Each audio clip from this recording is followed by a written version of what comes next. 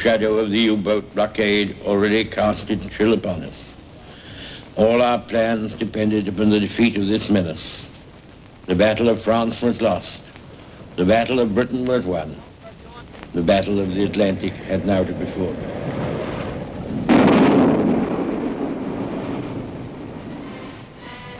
In the years before the Second World War, Hitler had gradually rebuilt the German Navy, as he had his other armed forces, in defiance of the existing treaties.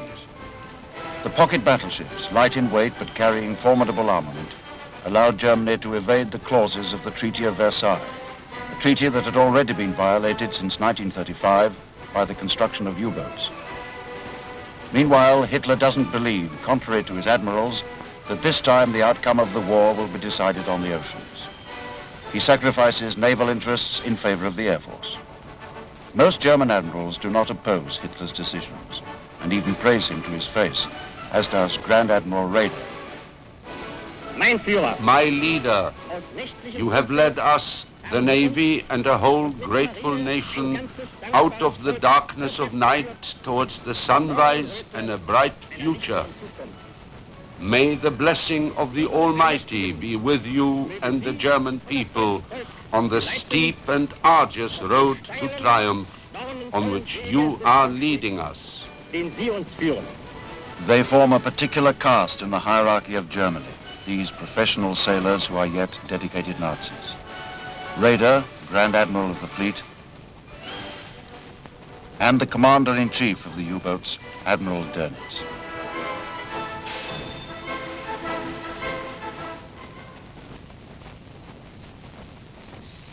Now an old man, Dönitz lives in a small villa outside Hamburg. He had been one of the U-boat aces of the First World War, and today he still maintains that if Hitler had given him in 1939 the 300 U-boats he had continually demanded, it is more than possible that Germany might have won the Battle of the Atlantic. Still in service with the West German Navy, the Hecht is the last U-boat to have been used during the Battle of the Atlantic. Returning to her after more than 20 years is Otto Kretschmer.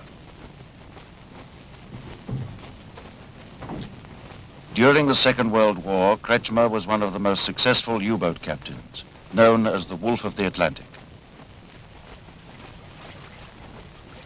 He is now an admiral on the staff of NATO. At the outbreak of war, I was 27. We had undergone 4 years of rigorous training and were very keen to serve on U-boats under the impression that we were the elite of the Navy. When the war begins, the German Navy has only 23 ocean-going U-boats, but they are ready. And for their crews, there will be no phony war.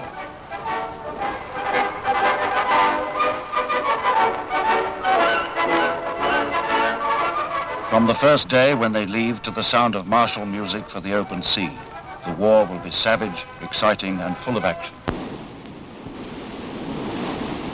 The purpose of the U-boat is to hunt and to kill. The prey on the horizon is the signal of alert. Everyone knows by heart his particular action station.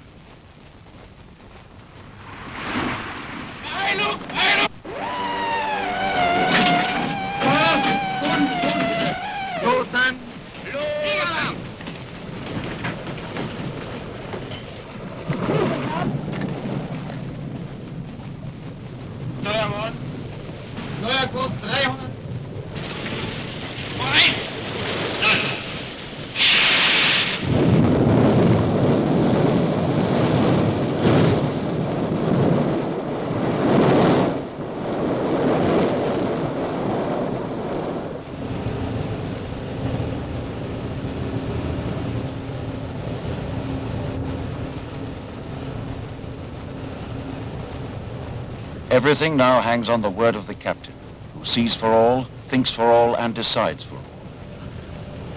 Lampensignale. In the first month of the war, the U-boats of Admiral Dönitz sink the aircraft carrier Courageous and some 40 merchant ships, sending 150,000 tons to the bottom.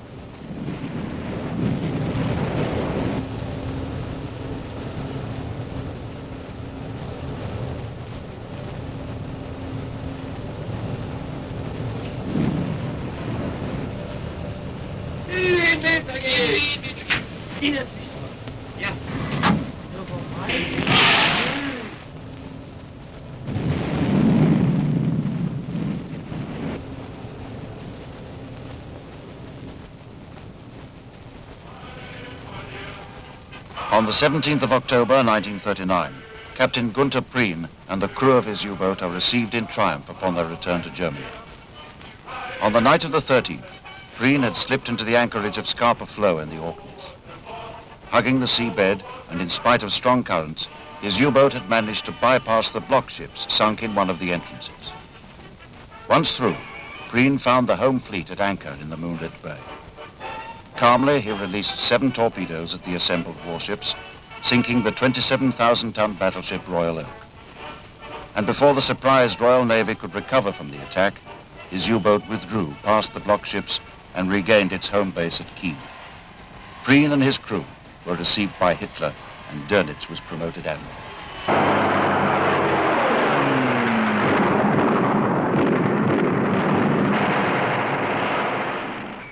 On the outbreak of war, Winston Churchill is once more appointed First Lord of the Admiralty. He knows only too well that for centuries the fate of Britain has depended on control of the seas. The fact that she is an island is as much part of her weakness as of her strength.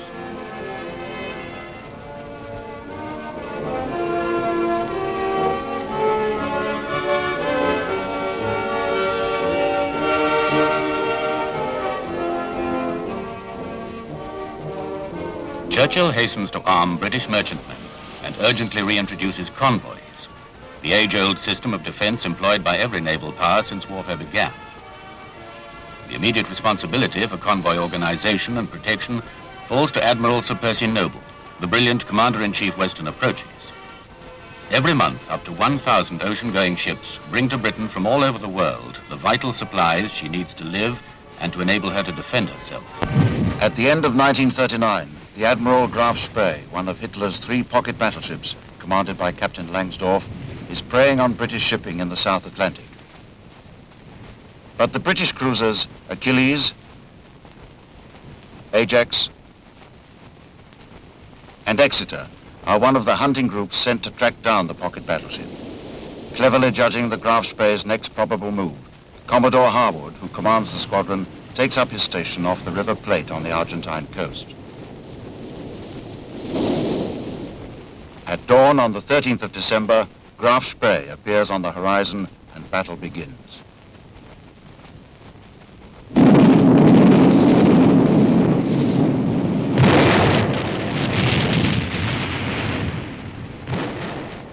The British cruisers mount a lighter armament than the pocket battleship, 8-inch and 6-inch guns against her 11-inch. But they're faster, and by attacking from different angles can force her to divide her fire. 6 minutes after opening fire, shells from Graf Spee destroy the bridge of the Exeter, killing everyone but the captain. Next, the 2 front turrets of the British cruiser are knocked out, but she doesn't break off the engagement, and with 57 sailors dead and another 23 wounded, continues firing with the remaining 2 rear turrets. But the German ship has also taken serious punishment, and now withdraws under a heavy smoke screen to take refuge in the Bay of Montevideo.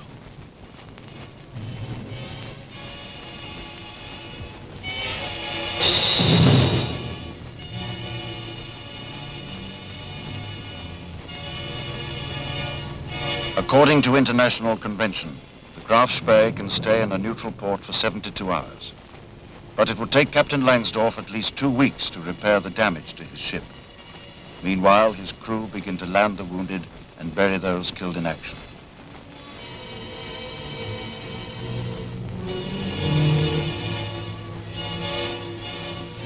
But Captain Langsdorff fails to obtain permission to remain longer in Montevideo, and Graf Spee sails on the morning of December the 17th, watched by enormous crowds. Over the horizon, the crippled British cruisers are waiting.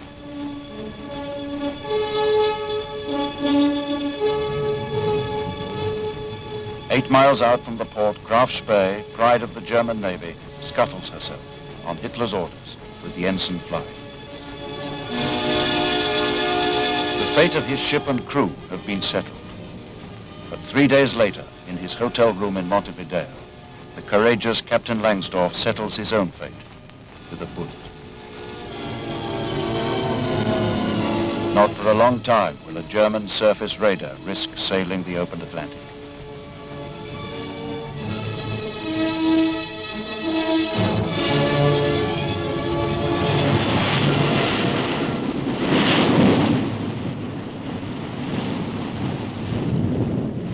Dönitz was right, and the ideal weapon for the Atlantic campaign is the U-boat. He has 30 in operation in 1940. When the German armies invade France and occupy the whole of the Atlantic coast, this now provides new bases from which the U-boats can massacre Allied ships.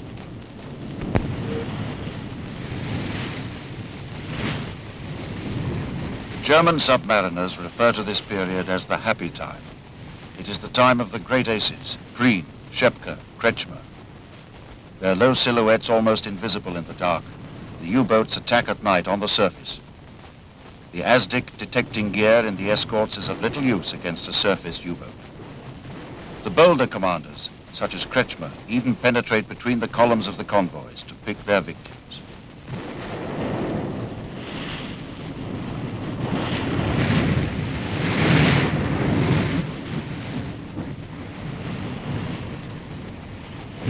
Between July and October 1940, the U-boats sink 217 ships, totaling some 1.5 million tons.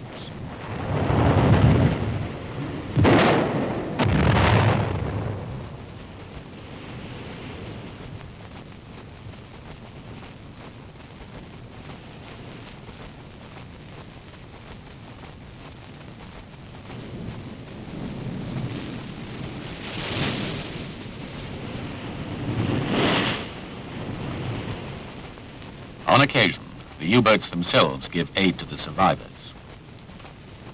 Those in convoy stand a good chance of being picked up. For others, the perils and hardships of open boats. A merchant Navy officer who sailed in 12 Atlantic convoys is John Harvey. Well, the nights were on balance more dangerous than the day. Most of the U-boat attacks or air attacks, if you were near enough to the coast, seemed to come at night. But you had to get used to these things. You slept according to the cargo you carried. I remember particularly that if you were carrying a cargo of, say, iron ore, you knew that if the ship was torpedoed, it would go down in about 20 seconds. So you slept fully clothed, your cabin door wedged open, a life jacket alongside you, and you hoped that if there was an explosion, you'd be able to rush out on deck before the ship went under.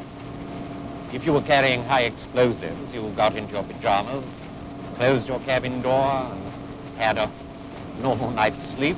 And if you were still there in the morning, you hadn't been torpedoed. He recalls one dramatic episode. I think in many ways, it was when I saw a little corvette, the Speedwell, blown out of the water right in front of my own ship, and we had to sail through a handful of survivors in the water crying for help. And of course, in convoy, you couldn't do anything else. You had to go on your way. Otherwise, you would endanger ships behind you. And you merely hoped that one of the other escort vessels managed later on to save some of these men. It was usually the task of the escort ships to pick up survivors, and often it was necessary to haul aboard those who were unable to climb the scrambling nets or struggle free from the sea itself. For the merchant seamen, it wasn't so much the fear of sudden death that haunted them, but slow death in oil-choked water, or the unknown hours of cold, exposure, hunger, and, ironically, thirst.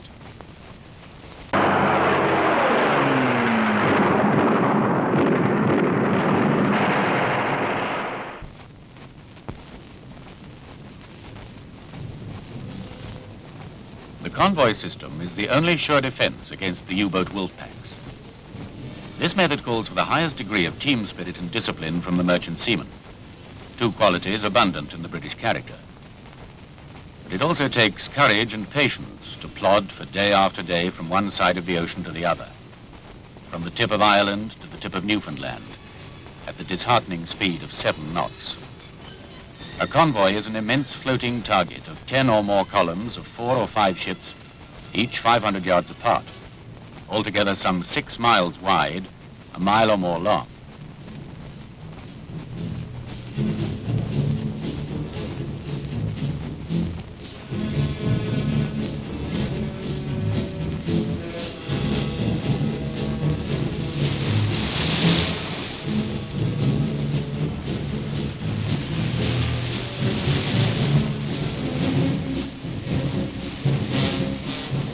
Sailors of the Royal Navy shared the dangers and fatigue of convoy duty with the merchant seamen, plus one extra bounty, the traditional rum issue.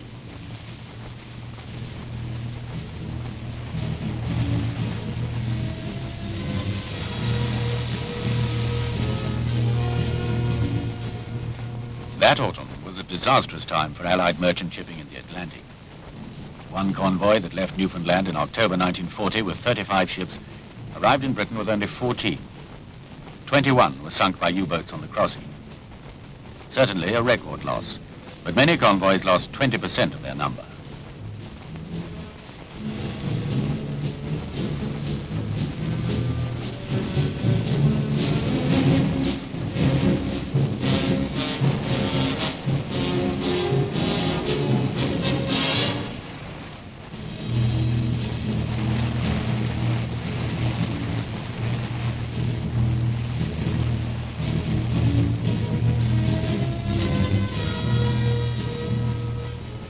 "28 years later, the head of Churchill's Department of Anti-Submarine Warfare, Rear Admiral Howard Johnston, has not forgotten those events.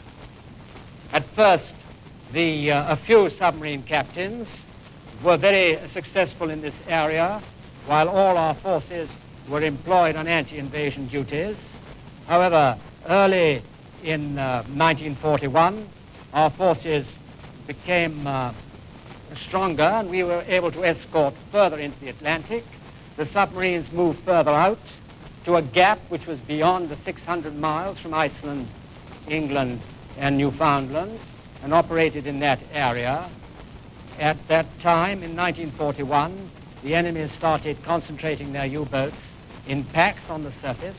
The first U-boat to gain contact with a convoy called up the others of his team, and they attempted to get ahead of the convoy and attack it.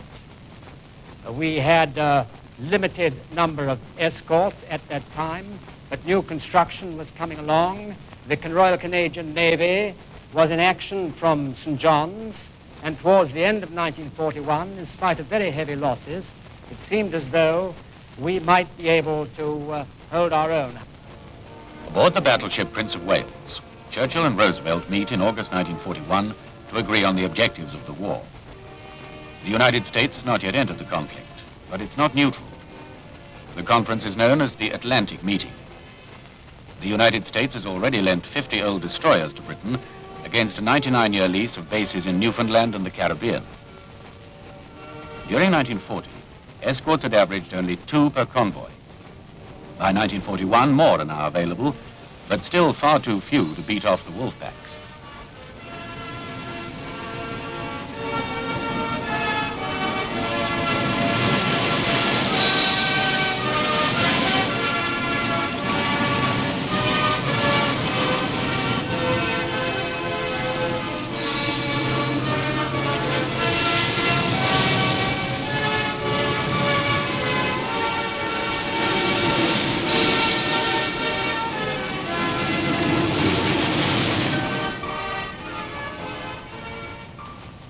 Thanks to ASDIC, a submarine detection system invented in the 1914-18 war, the naval escorts can detect and locate a submerged U-boat within the radius of a mile.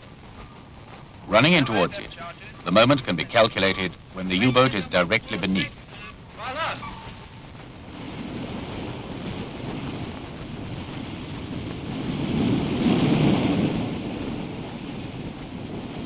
This is the moment to release depth charges set to explode at different levels. Shaken by these salvos of depth charges, the U-boat has only one method of escaping: diving. Diving always deeper, beneath the explosions, until the crew hears the cracking of the ship's plates.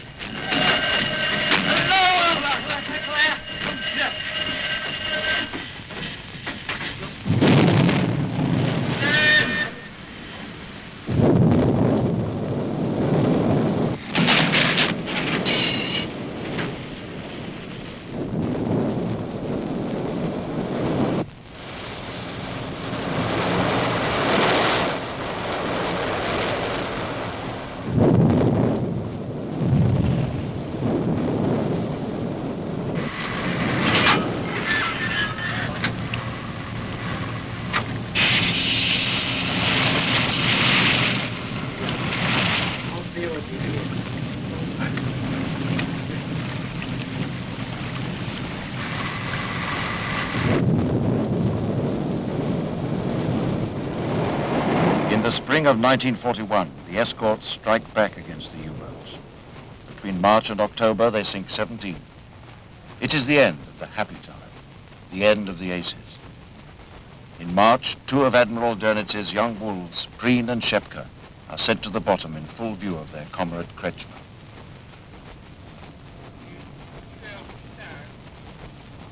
Half an hour later, my U-boat followed that of Schepke's to the bottom of the Atlantic.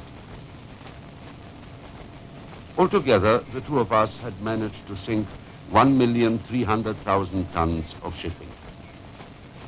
I was sunk south of Iceland by the destroyer Walker, part of the escort group of the famous commander Donald McIntyre. Today, he is a friend of mine, and some years ago returned to me my binoculars taken from me that day in 1941. The German admirals then planned to bring out their surface ships. The Bismarck, a monster of 40,000 tons, mounting 8 15-inch guns, believed to be unsinkable, received sailing orders in May 1941 to make for the open Atlantic.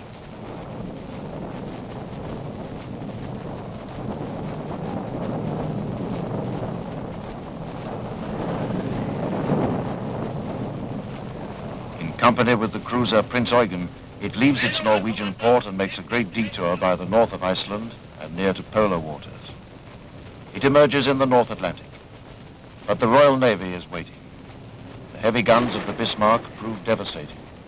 After only a few minutes, the battlecruiser Hood blows up from a direct hit and sinks almost instantly. That night, the carrier Victorious flies off her old Swordfish aircraft into the stormy darkness.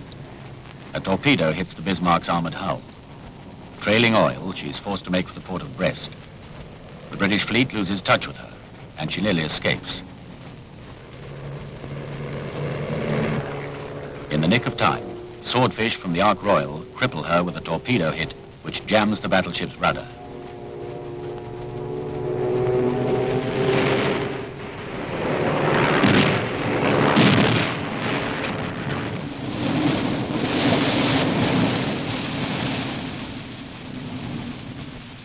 The following day sees the Hood avenged, as the home fleet's battleships and cruisers arrive under the command of Admiral Tubby. Despite the 14 and 15-inch guns of the King George V and Rodney, 3 more torpedoes from the cruiser Dorsetshire were finally required to finish off the German battleship.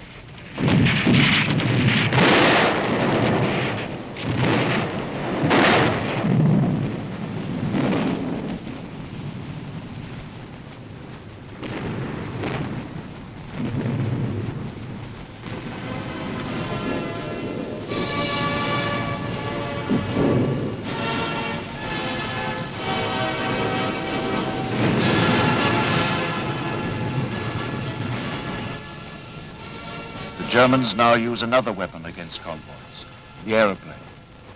They have modified for the purpose a 4-engined commercial airliner into a bomber with very long range called the Condor. At first, these bombers, based at Bordeaux-Mérignac, scored many successes over the Atlantic.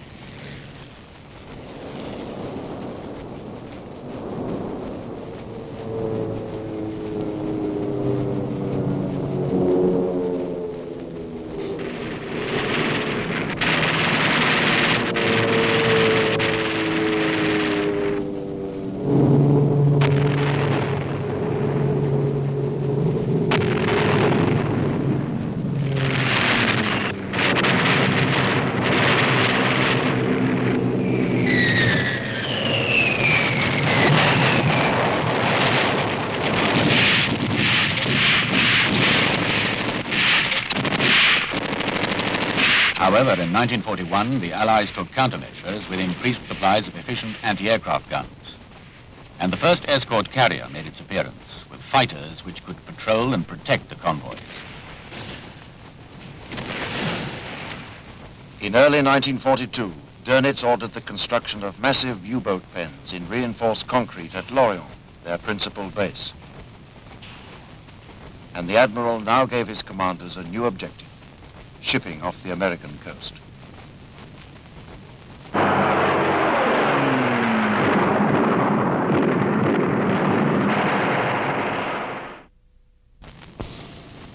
Today, the naval base of Lorient still harbors submarines, those of the French Navy.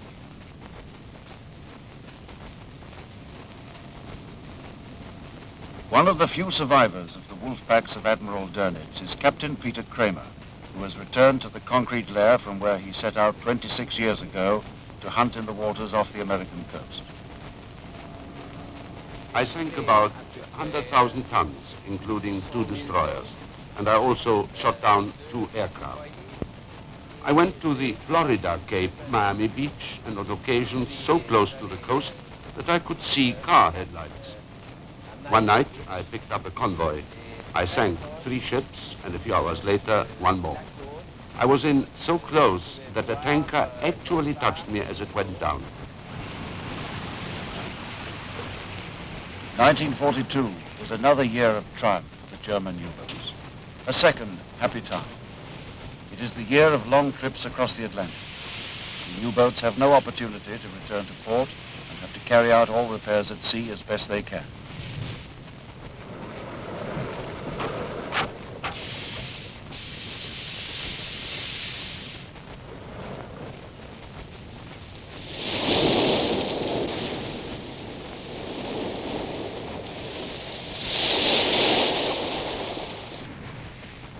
In mid-1942, Dönitz brings into service supply U-boats, which are nicknamed by the crews milch cows.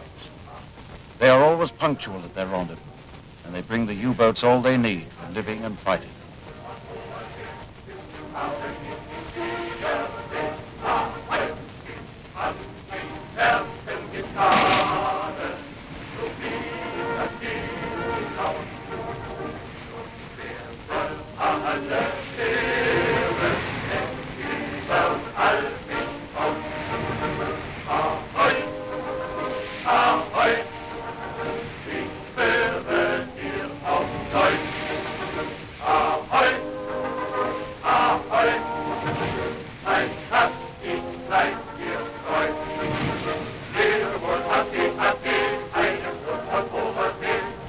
So the sea wolves can continue to prey on unescorted ships along the American coastline.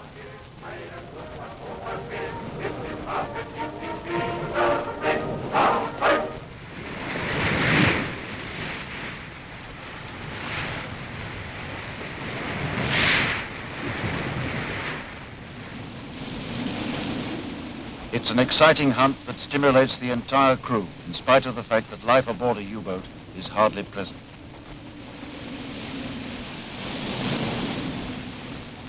And there are always the long watches on deck, swept by wind and spray. Securing themselves to the conning tower is vital. It has often happened that an unexpected wave has swept away the man on watch without anyone below aware of it. Down there, the air is almost unbreathable, reeks of oil. There is little water and hardly any space. Men have to eat in shifts and even sleep in shifts. There are only 2 berths for every 3 sailors.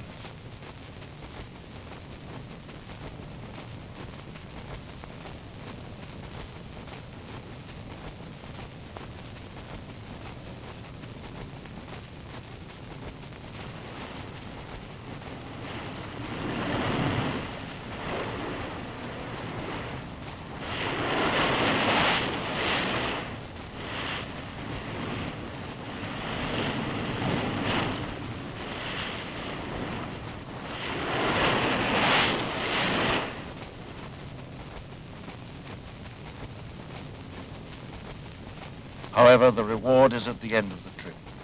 It is the moment to change to American time. And there it is, within sight of the glasses.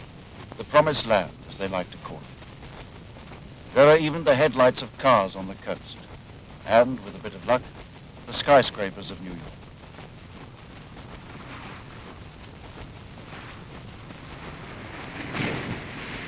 This is the newfound paradise of the U-boats, which begin to ravage the tankers from the Gulf of Mexico and the Caribbean.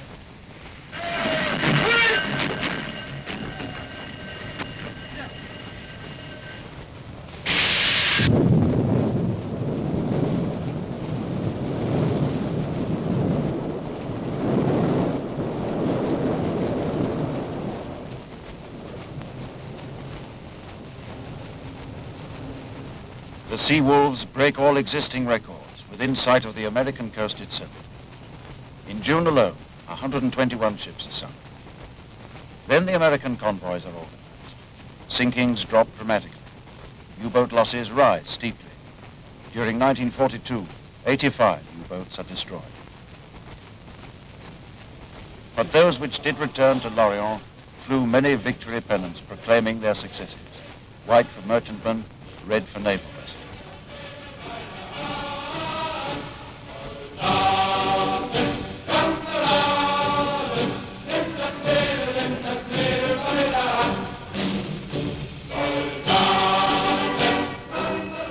Dönitz now believes he has reached his objective.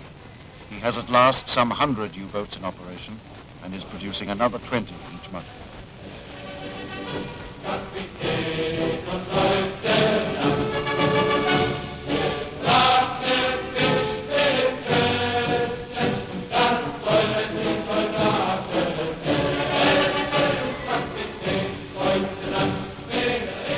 Of all those smiling and triumphant U-boat commanders that Dönitz greets in Lorient at this period, only 2 will remain alive at the end of the war.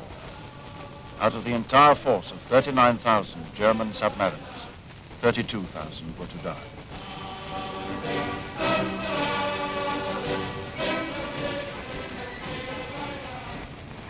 The French Navy, too, had fought in the ocean battle. Flower-class corvettes, manned by Free French crews, escorted convoys across the Atlantic into North Russia. One French corvette had even destroyed 2 U-boats in a single action.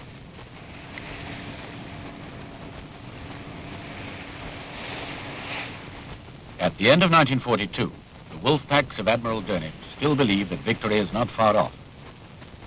For all that, it is the moment when, in spite of enormous Allied losses, the balance is beginning to tilt in favor of the defense. Dönitz knows this. He knows that the entire problem of the German effort depends on sinking more ships than the Allies can build. But this race for time has been lost by the Germans. Lost since the day that the formidable American potential of merchant shipbuilding has been thrown into the balance.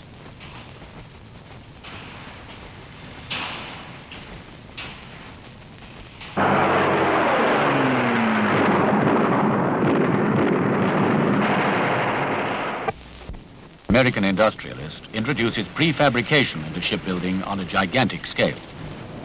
From his yards, the famous Liberty ships issue forth at the rate of 1 a day. Before the end of the war, Kaiser alone builds 1,500 freighters and 50 escort carriers. In January 1942, Hitler replaces Raeder by Dönitz, who, as Grand Admiral of the fleet, is in overall command of the German Navy. Hitler is now obsessively concerned with the Russian campaign and directs the attention of Dönitz towards the destruction of the Arctic convoys from Britain to Murmansk. Since the U-boats have failed to stop them getting through, the German admiral now considers once more bringing out his battleships, the 28,000-ton Scharnhorst and Gneisenau. They had previously made only one sortie into the Atlantic when they sank some 20 Allied ships.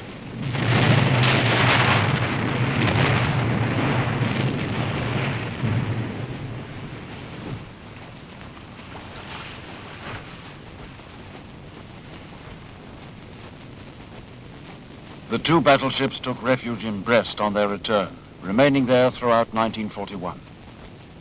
In February 1942, however, they accomplished a spectacular exploit. Under the command of Admiral Ciliax and attended by the cruiser Prince Eugen, 8 destroyers and 16 motor torpedo boats, Scharnhorst and Gneisenau sailed up the English Channel and through the Straits of Dover, defying the RAF, whose task it was to stop them. German fighter aircraft based in the Calais area provided the ships with vital air cover.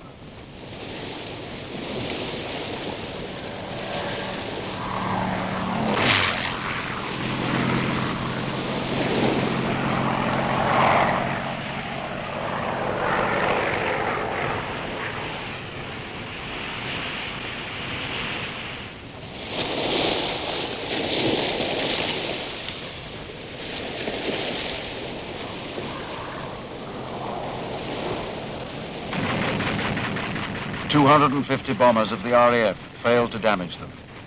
6 swordfish of the Royal Navy, led by Lieutenant Commander Esmond, whose squadron crippled the Bismarck, are shot down as they vainly launch their torpedoes.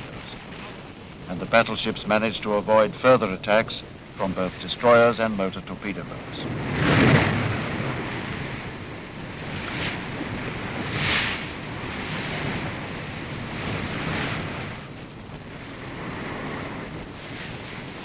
Although damaged by mines laid in their path by the RAF, the battleships Gneisenau and Scharnhorst finally reached Germany. 10 months later, on Boxing Day 1943, Admiral Fraser's flagship, the battleship Duke of York, at last encounters the Scharnhorst in the grim polar night. Radar-directed gunfire scores a damaging hit on the German with the first salvo. The Scharnhorst turns to flee. Further hits slow her down for Fraser's destroyers to sink her with torpedoes. When the Duke of York arrives on the spot where the German battleship went down, only a handful of survivors out of a crew of 2,000 men are rescued and taken prisoner.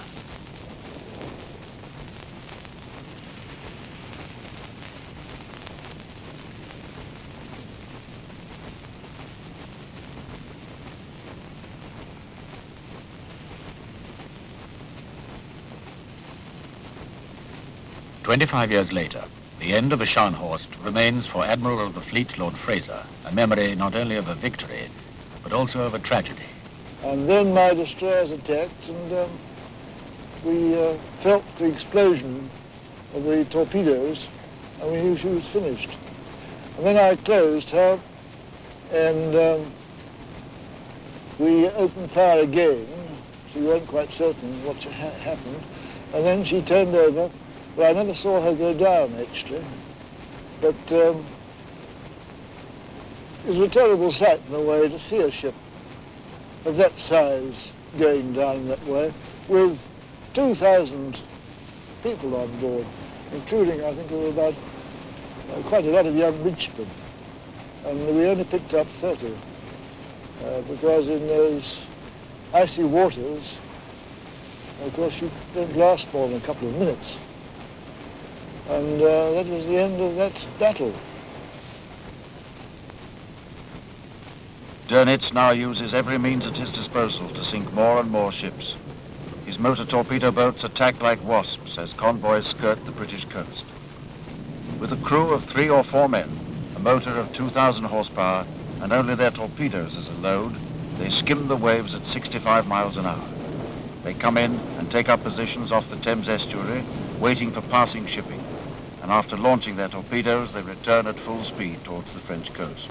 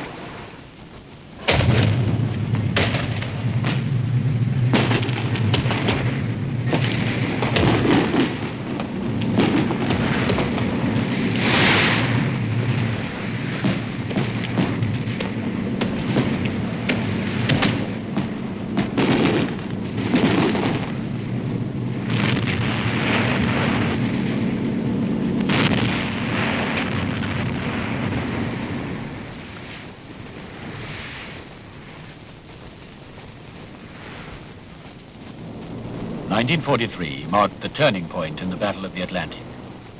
In the spring of that year, for the first time, convoys enjoyed air as well as surface escort throughout their voyages. In addition to Sunderland flying boats, Coastal Command of the RAF at last received sufficient of the long-range aircraft which had up to now been reserved for the bomber offensive over Germany.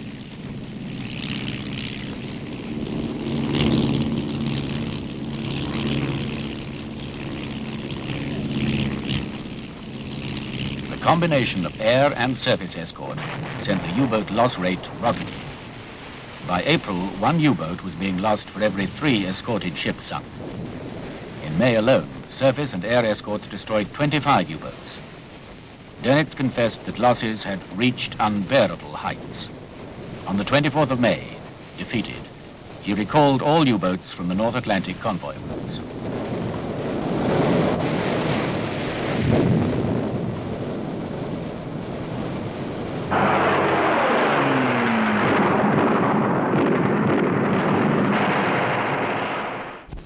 The triumph of 1943 was due to men like Captain Johnny Walker, Admiral Sir Max Horton, and their crews.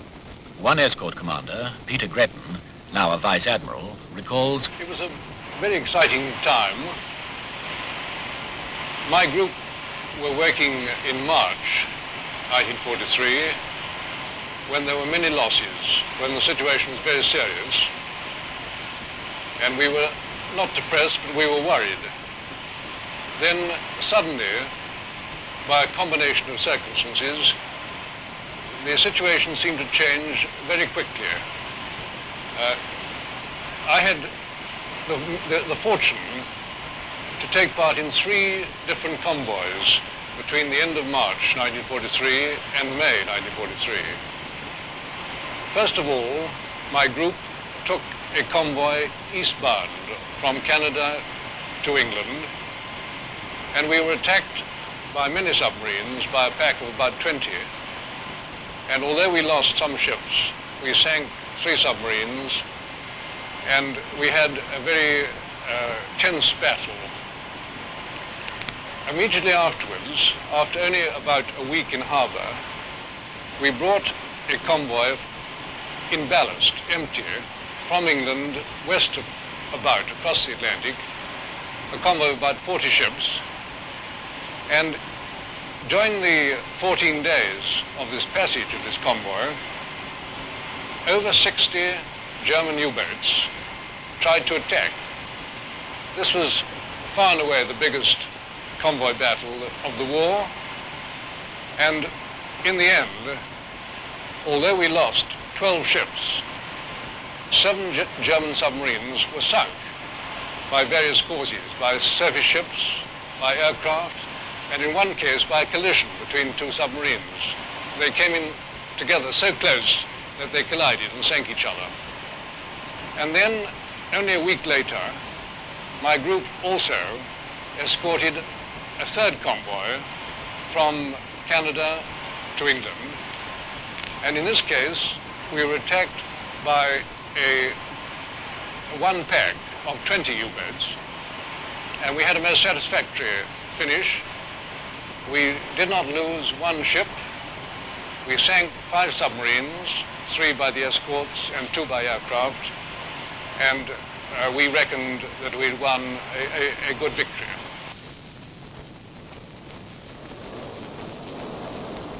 Meanwhile, in the Arctic, despite air and surface escort, some U-boats continued to harass the convoys to Russia. But neither they nor the appalling weather failed to prevent 250 ships getting through in the last year of the war, carrying enough war material to equip some 60 motorized Russian divisions.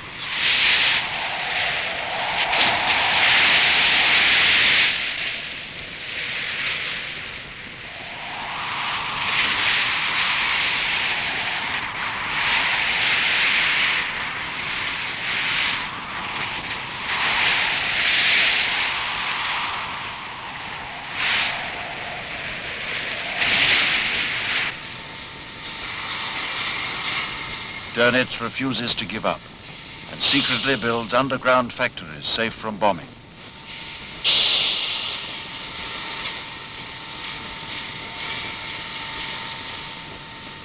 And now the Germans introduce an acoustic torpedo, which homes automatically onto the noise of propellers. At the same time, they are constructing revolutionary new types of U-boat, which travel faster submerged than on the surface. Already he has 1 in service, 7 in training, and 90 under construction. The Germans also developed the Schnorkel, which allows the U-boats to run submerged on diesel power in place of the old electric motors, and to run faster. But by now, under the supreme direction of Winston Churchill, the U-boat menace is almost at an end. With surface and aerial protection, Convoys carry into Britain the tanks, guns, and the men who will soon liberate Europe.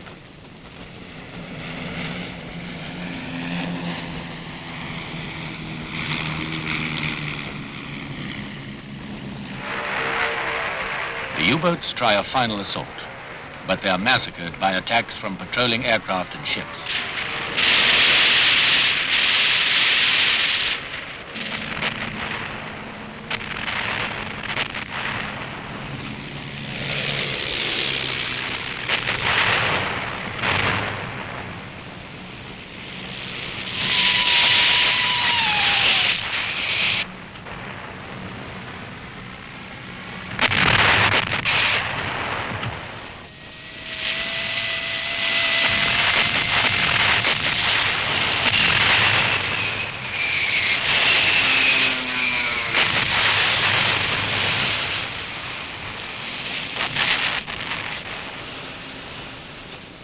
Right to the very end, Dönitz is able to find volunteers. But they know they go to almost certain death. Few survive more than one patrol.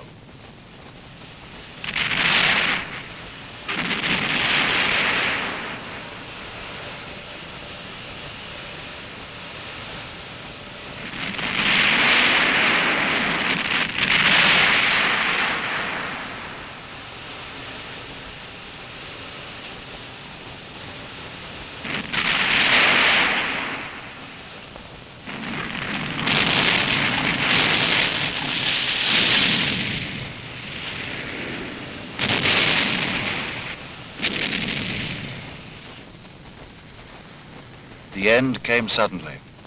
On the 4th of May, Admiral Dönitz gave the order to the U-boats to return to Germany. And then on the 8th of May, he ordered them to come to the surface and surrender to the British. His last signal read, You have fought like lions. Now I must give you the hardest order of your career. To rise to the surface, hoist a large black flag, and surrender to the enemy. The majority of U-boat commanders couldn't believe the order. 221 of them scuttled their vessels. And when the final count was taken, only 156 out of the original 700 U-boats were ever found.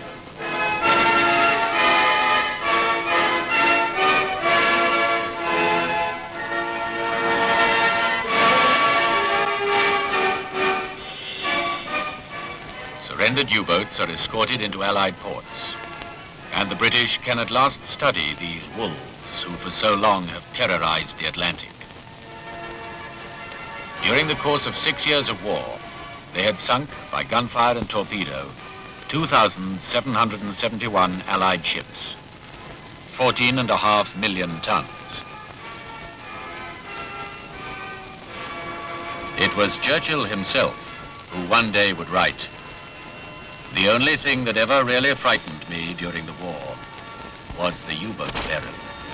The battle you have just seen was one of the battles of the Second World War, a war that affected the destinies of men and nations the world over. The film you have was discovered in film libraries all over the world and painstakingly edited to show you the incredible impact these individual battles had on the outcome of this most devastating of wars. The world, thanks to these films, will never forget the tremendous effort put forth by all people included in the big battles.